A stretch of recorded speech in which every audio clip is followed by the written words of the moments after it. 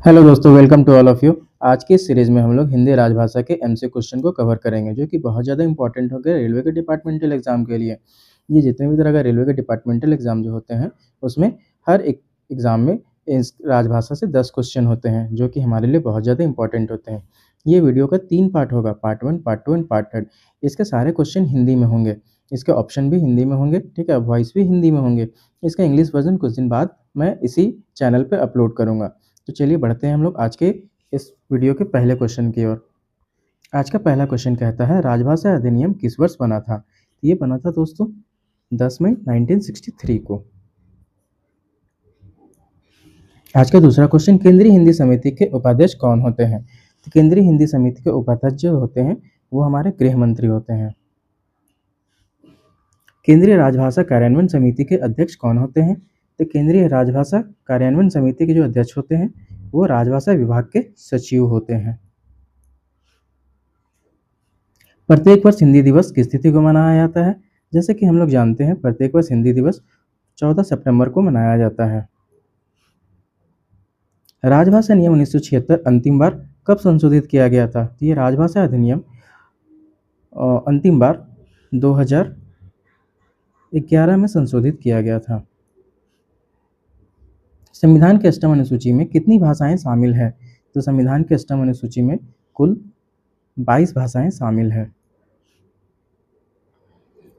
क्षेत्रीय रेलवे राजभाषा कार्यान्वयन समिति के अध्यक्ष कौन होते हैं?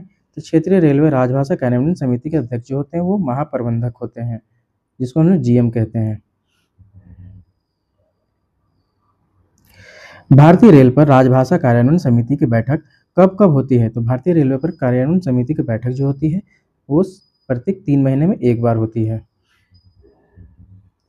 नगर राजभाषा कार्यान्वयन समिति की बैठक कब कब होती है? तो नगर राजभाषा कार्यान्वयन समिति की जो बैठक होती है वो 6 महीने में एक बार होती है। केंद्र सरकार के कार्मिकों को हिंदी में मौलिक पुस्तक लेखन हेतु कौन सा पुरस्कार निर्धारित होता है? तो ये पुरस्कार जो निर्धारित होता है वो राजभाषा गौरव पुरस्कार योजना है।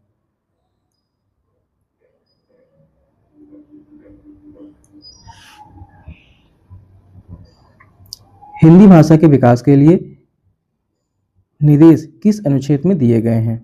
तो ये दिए गए हैं 351 में।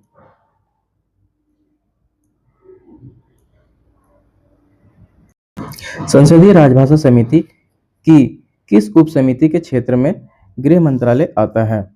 ये आता है पहली उप समिति में। रक्षा मंत्रालय संसदीय समिति के किस उप समिति के कार्य क्षेत्र में आते हैं? तो रक्षा मंत्रालय जो आते हैं ये पहली उप समिति में हो जाएंगे।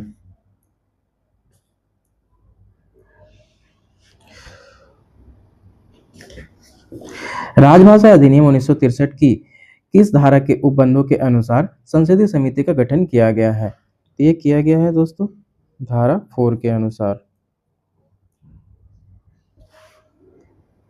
विधानमंडल में प्रयोग की जाने वाली भाषा का उल्लेख संविधान के किस अनुच्छेद में है? तो ये है दोस्तों 210 में, आर्टिकल 210 में।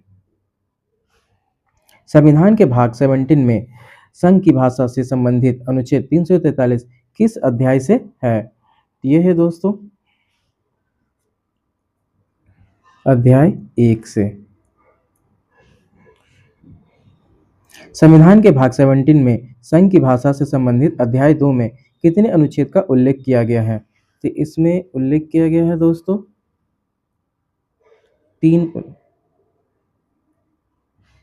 3 अनुच्छेदों का उल्लेख किया गया है। संघ की भाषा से संबंधित विशेष निर्देश संविधान के भाग 17 के किस अध्याय में शामिल है? ये है दोस्तों अध्याय 4 में।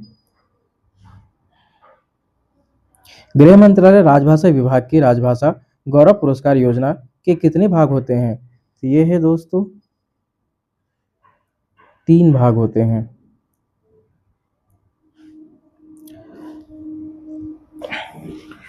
रक्षा मंत्रालय रेलवे बोर्ड द्वारा कथा, कहानी, उपन्यास, नाटक एवं अन्य गद्य साहित्य लागू पुरस्कार योजना का नाम क्या है? ये है दोस्तों लाल बहादुर शास्त्री तकनीकी मौलिक लेखन पुरस्कार योजना। इसका सही आंसर हो जाएगा डी।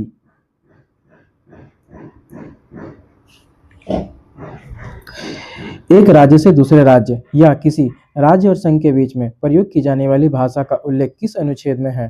तो ये है दोस्तों आर्टिकल 346 में, अनुच्छेद 346 में।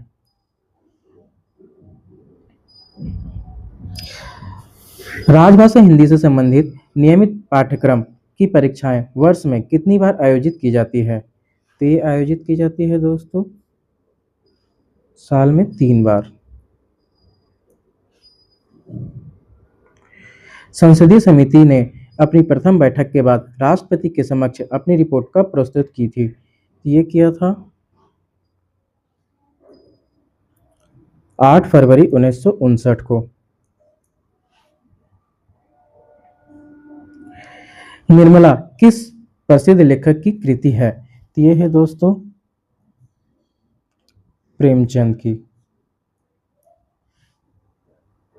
रानी केतकी की कहानी किसकी रचना है? तो ये रानी केतकी की कहानी जो है वो है दोस्तों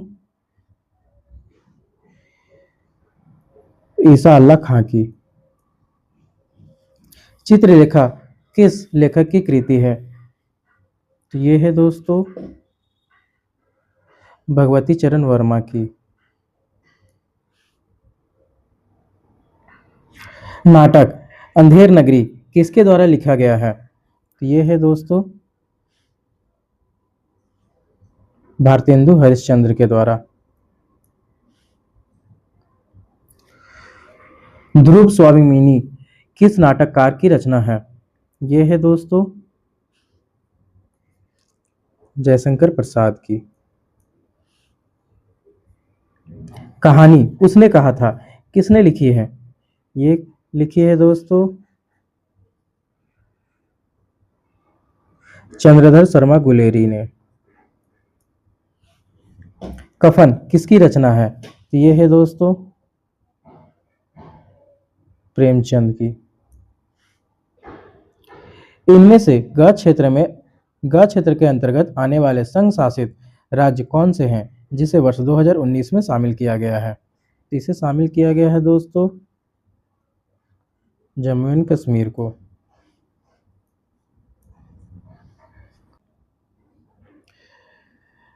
किन राज्यों में उर्दू को द्वितीय राजभाषा के रूप में घोषित किया गया है? ये किया गया है आंध्र प्रदेश और बिहार में। हिंदी सलाहकार समिति किस मंत्रालय में गठित की जाती है? ये गठित किया जाता है सभी मंत्रालयों में।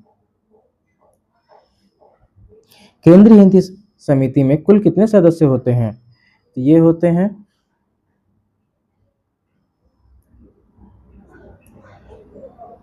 केंद्रीय हिंदी समिति में कुल 41 सदस्य होते हैं। डोगरी भाषा किस राज्य में बोली जाती है? तो ये बोली जाती है जम्मू एंड कश्मीर में।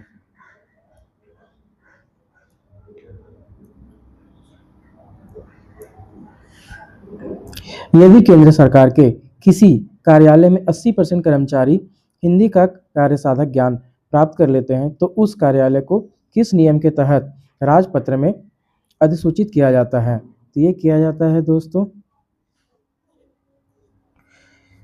नियम 10(4) के अनुसार।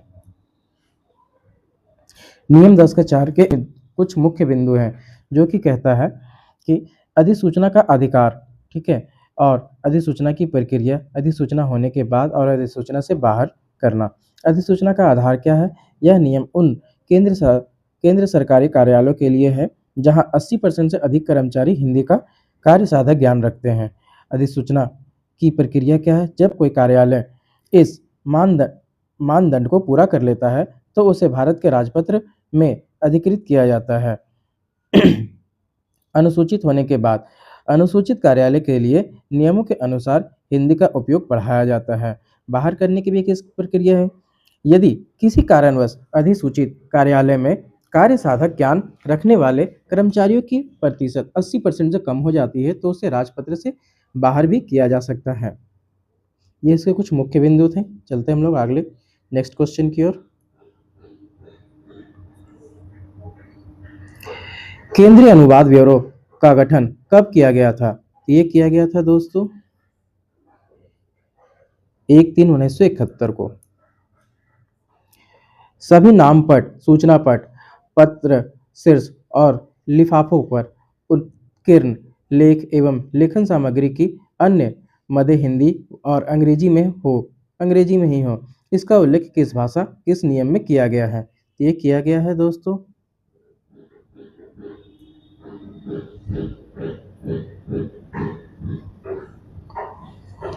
नियम 11 के 3 में। केंद्र सरकार द्वारा हिंदी के विकास के लिए राजभाषा नियम कब बनाया गया है? ये बनाया गया है दोस्तों 17/7/1976 को। कर्मचारी कोई आवेदन, अपील या अभ्यावेदन हिंदी या अंग्रेजी में कर सकते हैं। यह किस नियम के अंतर्गत आता है? यह आता है दोस्तों नियम 7(1) में। इनमें से कौन सी भाषा देवनागरी लिपि में नहीं लिखी जाती है? इनमें से गुजराती भाषा जो है वो देवनागरी लिपि में नहीं लिखी जाती है। संविधान सभा में हिंदी को राजभाषा बनाने का प्रस्ताव किसने प्रस्तुत किया था? ये किया था दोस्तों गोपाल स्वामी अयंगर ने। निम्न में से यह अधिकार किसको है कि वह हिंदी अथवा किसी अन्य भाषा को उच्च न्यायालय की कार्यवाही की भाषा का दर्जा दे सके? तो ये अधिकार है दोस्तों राज्यपाल को। राज्यपाल ऐसा कर सकता है बशर्ते उसे पहले राष्ट्रपति की पूर्व अनुमति लेनी होगी। कहने का मतलब है कि राज्यपाल अपने इच्छा अनुसार वो किसी भी कार्यालय, न्यायालय में ठीक है हिंदी के अनुसार वो चल सकता है, लेकिन उसके लिए उसको पहले राष्ट्रपति से अनुमति लेनी होगी।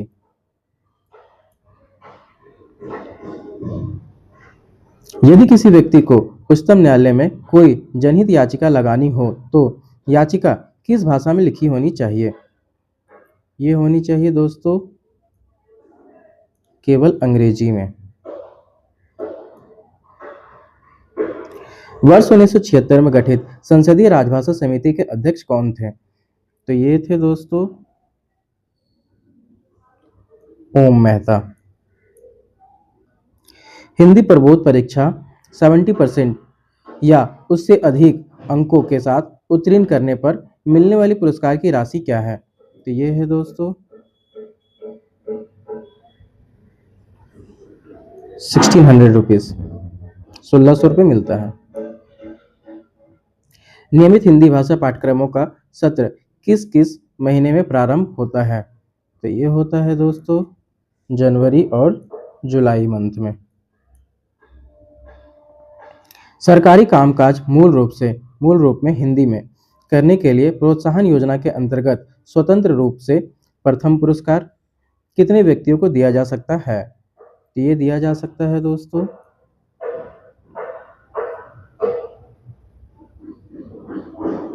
कुल 2 व्यक्तियों को।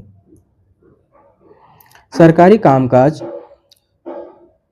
मूल रूप से हिंदी में करने के लिए प्रोत्साहन योजना के अंतर्गत स्वतंत्र रूप से तीसरा पुरस्कार अधिकतम कितने व्यक्तियों को दिया जा सकता है?